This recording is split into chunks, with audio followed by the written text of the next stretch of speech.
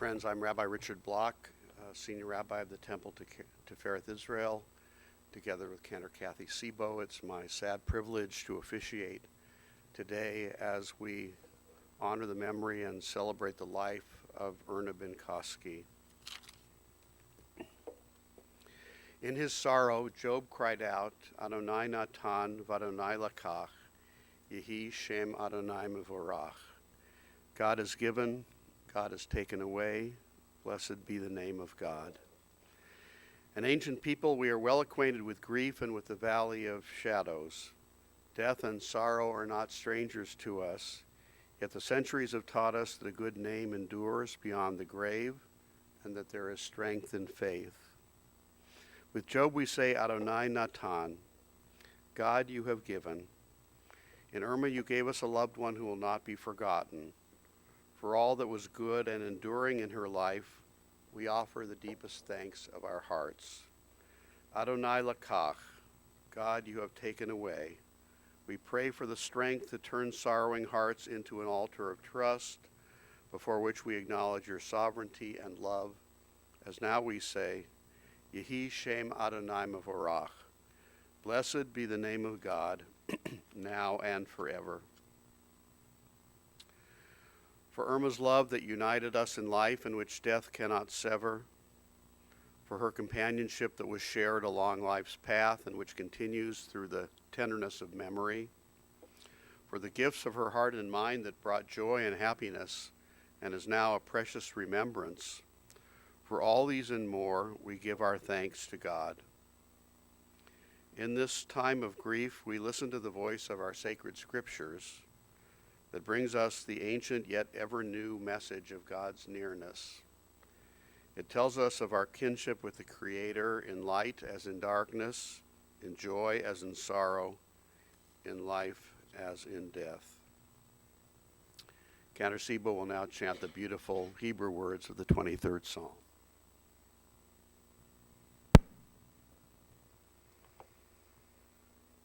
Mismor LeDavid, Adonai roi lo echsar, binote sheyarbitzeni al menuchot yenachaleni, nafshi shovev, yanacheni v'magle tzedek lema'an shemo, gam ki helech b'gitzal mavet, Lo irara ki atai mati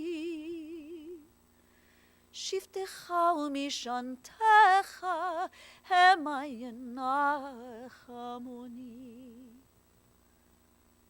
Ta'aroch lefanai shulchan neged tsurirai Tishanta vashamen roshi kusirivaya Ach tov chesed yirdifuni Koyam echayai Vishaviti Biveit Adonai Leorech yamim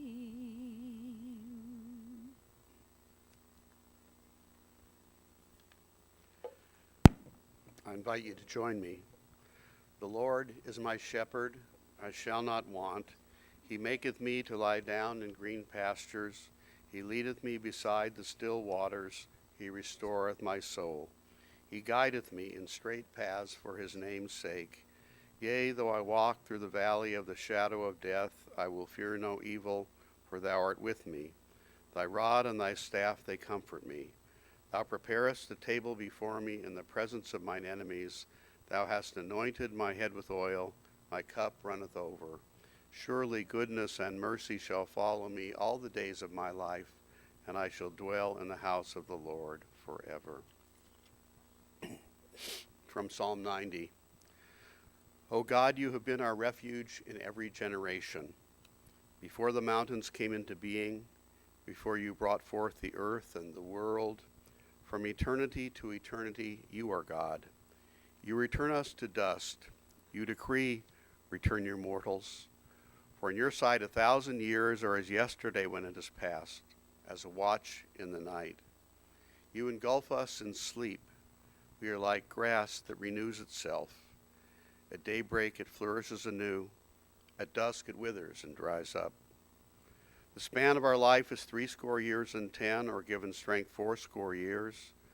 But the best of those years have trouble and sorrow.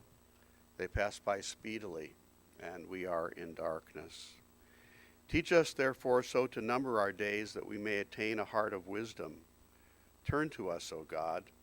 Show mercy to your servants. Satisfy us at daybreak with your steadfast love, that we may sing for joy all our days. Let your deeds be seen by your servants, your glory by their children. May your favor, O God, be upon us. Establish the work of our hands, that it may long endure. And in the Proverbs we read these words which speak beautifully of Irma and women like her. A woman of valor who can find.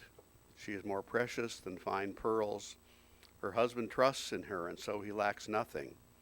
She does him good, never harm, all the days of her life. She perceives that her labor is rewarding.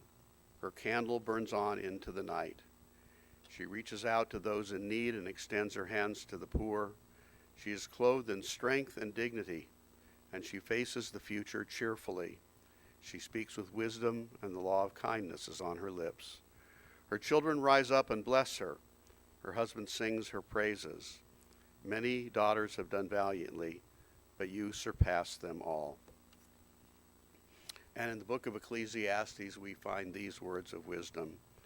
For everything there is a season, a time for every experience under heaven, a time to be born and a time to die, a time to plant and a time to uproot what is planted, a time to tear down and a time to build up, a time to weep and a time to laugh, a time to grieve and a time to dance, a time to throw stones and a time to gather stones, a time to embrace and a time to refrain from embracing, a time to seek and a time to lose, a time to keep and a time to discard, a time to tear and a time to sow, a time to keep silence and a time to speak. As you know, it's our Jewish tradition in these sad moments when we are forced to part from the physical presence of a loved one to speak words of blessing and gratitude. And our tradition urges us to find room in our hearts for that gratitude, because the grief that we experience in a loss is but the measure of the blessing that we were given and that our loved one brought into our lives. And so we remember today Irma Binkofsky, and we join in support for her beloved family, for her Bernie, for their children, Eileen, Bob, and Debbie, Debbie's husband, Mitch, for her grandchildren, Benjamin and Michaela, for her cousins, both by birth and by choice, and by a virtual extended family, legions of Eileen, Bob, and Debbie's friends, whom Irma welcomed and fed and who called her mom. To understand how remarkable this caring, warm, unselfish, loving, and compassionate woman was, you need to know her backstory, and perhaps some of you do. But I want to share with you some excerpts from an interview with Irma that Debbie conducted in 2006, and to describe in Irma's own words the life journey that brought her here to Cleveland. She was born on May 1st, 1942 in Limoges, France, an only child. Her parents, Michael and Rivka Korostkin. Her father was a Russian by birth. He had one brother. Her mother, Rivka, born in Warsaw, Poland, had 11 brothers and sisters. Irma's parents met in Belgium in the 1930s and got married in France in May of 1941. Her father drove cabs and worked in a sawmill, behind a farm owned by Gentiles. They escaped from Belgium to France because the Nazis had come to Belgium, and then left Belgium in a truck and drove till it ran out of gas. The Nazis arrived in France in 1940. Asked, "Did your parents do anything to remain safe from the Nazis?" She replied, "The farm in front of the sawmill where my dad worked was in Compagnac. The farm was owned by Gentiles with the last name Martinat. The woman who owned the farm wanted to protect us, so she told us to come to the farm. My dad drove trucks for the French underground, so he was hidden in a closet so no one would find him. My mom and I were able to walk around carefully. I had to call my dad Maman, and he snuck out at night." Her parents changed their names so that the people in the hospital where Irma was born wouldn't know that they were Jewish. Her dad's parents were also on the farm with them, and they were there for three years until liberation in May 1945. Irma's mother lost 3 brothers and 3 sisters in the Holocaust. Her 3 sisters were taken to Buchenwald, and her brothers died in the gas chambers or were shot. Her other siblings went to other countries either before or during the war. After liberation, they first went to Paris, then Belgium, and finally to the United States, here to Cleveland in 1954. Debbie asked her mom what she thinks about, or what her feelings were about Holocaust studies. And she said, "I think it's great. People should know what happened. People all over the world should be aware of what could happen. This is something that happened in our history, in our lives. You never know what can happen. You think you're safe, but you never know. The Holocaust really happened. It affected the world and families. Lives were lost and families were destroyed. Lives changed. People had fears." As with so many Holocaust survivors, Irma's subsequent life was miraculous and admirable. The things that most of us consider normal, growing up, going to school, falling in love, getting married, raising a family. For Holocaust survivors, these might be even considered heroic. And the ultimate triumph over anti-Semitism and hatred and genocide, the triumph of life over death. After arriving in the United States in 1954, sponsored by a cousin, Irma's parents brought her to Cleveland. She attended Patrick Henry School and graduated from Heights High in 1961. She and Bernie met on a blind date in February 1964 and were married that October by Rabbi Rube. Bernie found her warm, loving, and compassionate, and he loved her mother's cooking. Bernie allegedly proposed 5 times before Irma accepted. Bernie told me I was very fortunate. I felt like the luckiest man on the face of the earth. They enjoyed being together, and when they could, getting away together. They were blessed with 53 years of companionship and togetherness. It's what we might call an old-fashioned marriage, for better or worse, for richer or poorer, in sickness and in health, until parted by death. Irma held a series of jobs over the years: a bank teller, as a medical secretary for an ophthalmologist, and for 11 years at Belfair in the program for autistic children. And even though she didn't work directly with the kids, she knew them all, knew their names, their medications, the details of their lives. She also worked at the McGregor Nursing Home for a time. But Irma's true domain, where she excelled beyond compare, was the home, which she filled with so much family and so many friends and such abundant food.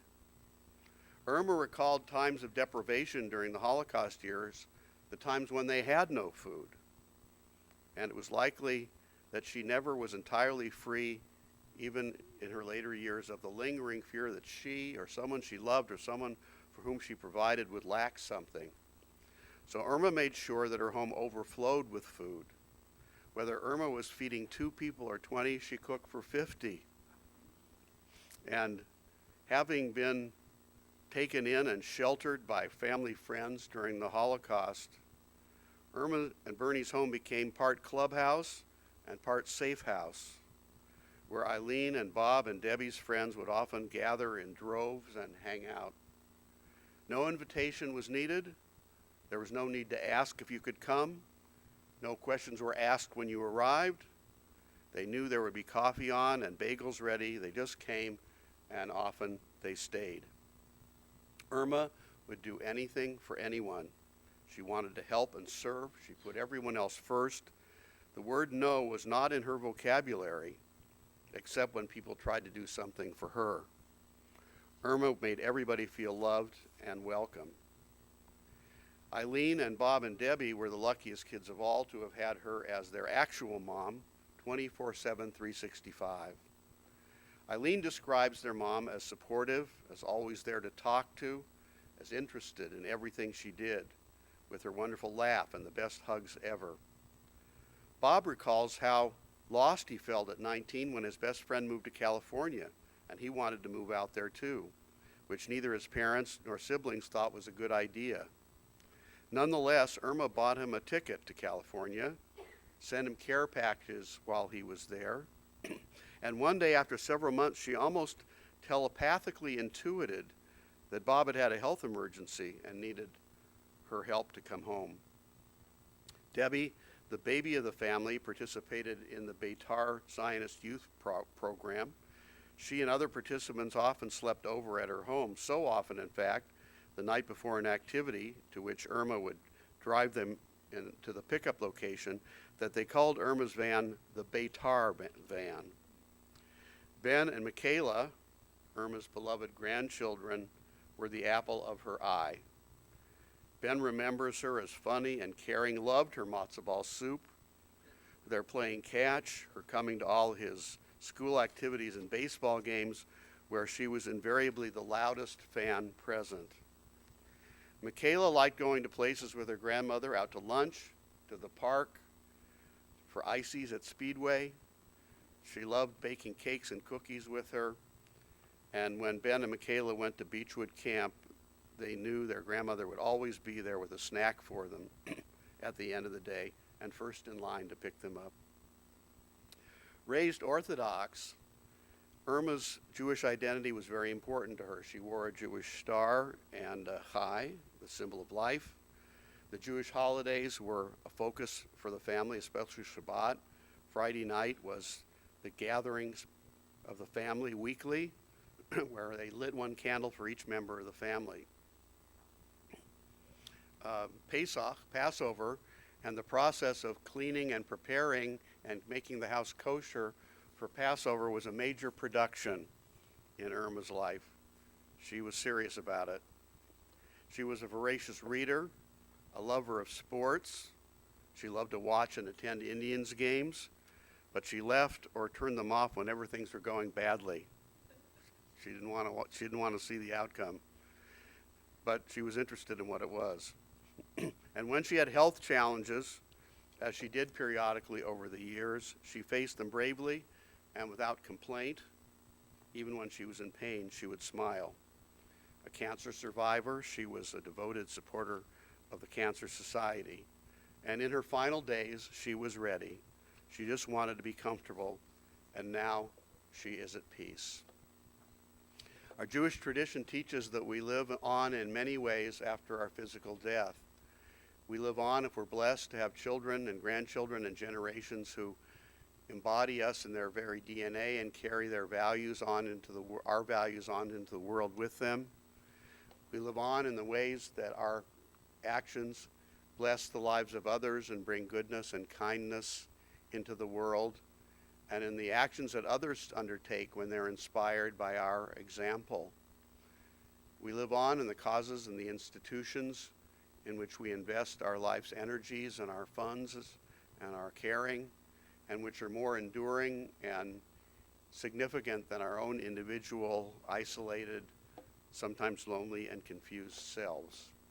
And we live on in the loving embrace of God, who gives us life and in whose power all is possible. In these ways and more, Irma will always live among us and beyond us as a loving and a living benediction.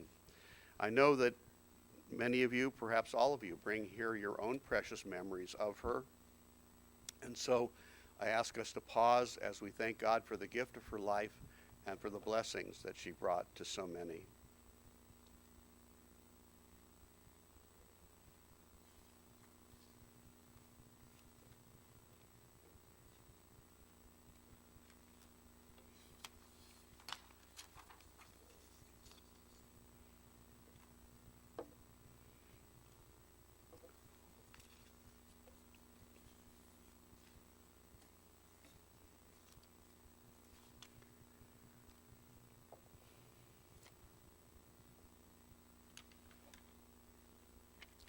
Birth is a beginning and death a destination, but life is a journey, a going, a growing from stage to stage, from childhood to maturity and youth to age, from innocence to awareness and ignorance to knowing, from foolishness to discretion, and then perhaps to wisdom, from weakness to strength or strength to weakness, and often back again, from health to sickness, and back we pray to health again, from offense to forgiveness, from loneliness to love, from joy to gratitude, from pain to compassion and grief to understanding, from fear to faith, from defeat to defeat to defeat, until looking backward or ahead we see that victory lies not at some high place along the way, but at having made the journey stage by stage, a sacred pilgrimage.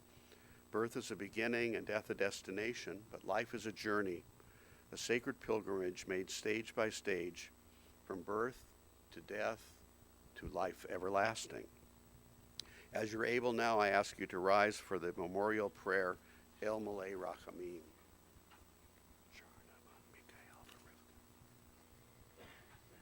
El Malay Rachamim, shochen במרומים, המשימנוך נכונה תחת כנפך השכינה, במעלות קדושים וטהורים כזוכר הרקיע מסעירים.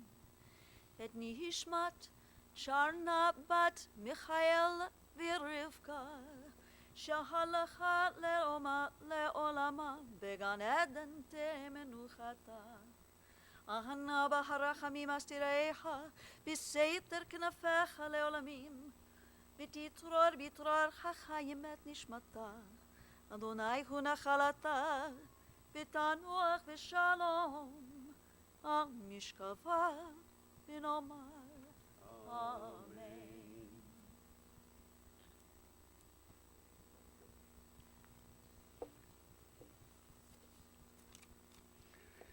Compassionate God, eternal Spirit of the universe, grant perfect rest in your sheltering presence to Irma Binkofsky, who has entered eternity.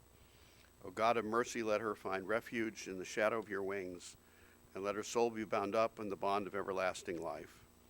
God is her inheritance. May she rest in peace, and let us say, Amen. Please be seated. Friends, this concludes our service here. Those who are able to do so are cordially invited to accompany the family to Mount Sinai Cemetery for the interment. The family will receive friends at Bernie's residence on Meadowbrook Boulevard in University Heights after the interment until 8 this evening, and Wednesday and Thursday from 2 to 4 p.m. and 6 to 8 p.m. We'll have a brief minion service at the family home today when the family arrives home from the cemetery, and during the visitation in the evening tomorrow and Thursday at 7 p.m. there will be a minion service on those 2 evenings as well. Thank you for joining the family on this sad but important occasion. Oh, one more thing, I apologize. I neglected to add that we will be reading Irma's name on the memorial list at the Temple Tifereth Israel at our Friday evening services for the next 4 weeks at 7 p.m. And anyone who wishes to join us is cordially invited to do so. Thank you.